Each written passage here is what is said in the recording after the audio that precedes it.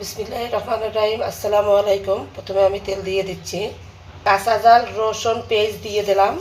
এখন আমি কাঁচা জাল পেঁয়াজ রসুন সুন্দর করে ভাজতে নিচ্ছি। আজ আমি ডিম ভাত করব, আপনারা দেখবেন। পেঁয়াজ কাঁচা জাল রসুন লাল লাল করে ভেজে নিলাম। এখন আমি ডিম দিয়ে দিচ্ছি, 2টা ডিম দিয়ে দিলাম। এখন আমি লবণ দিয়ে দিচ্ছি, ধনিয়া পাতা দিয়ে দিচ্ছি, আরও একটা ডিম দিয়ে দিচ্ছি। আমি 3টে ডিম দিয়ে আজকে ডিম ভাত করবো, আপনারা দেখেন একটু। এখন আমি পানি দিয়ে দিচ্ছি, হলুদের গুঁড়ো দিয়ে দিলাম, লবণ দিয়ে দিলাম পরিমাণ মতন। এখন আমি ভাতগুলো দিয়ে দিচ্ছি। এখন আমি সুন্দর করে ডিমের সাথে ভাতের সাথে মিলিয়ে দিচ্ছি।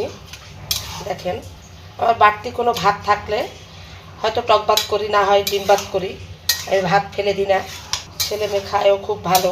এখন আমি নাড়াচাড়া করে দিচ্ছি সুন্দর করে, কতটা সুন্দর হইতে আছে দেখেন। আমি আবারও ধনিয়া পাতা দিয়ে দিচ্ছি উপরে। এখন আমি ঢাকনা দিয়ে দিচ্ছি। আমি এখন আবার একটু নাড়াচাড়া করে দিচ্ছি। ভাতটা কত সুন্দর হয়েছে দেখেন, আমার ডিম ভাতটা কত সুন্দর হয়েছে। আপনারাও এভাবে করে খাবেন, কতটা সুন্দর কালার আসছে।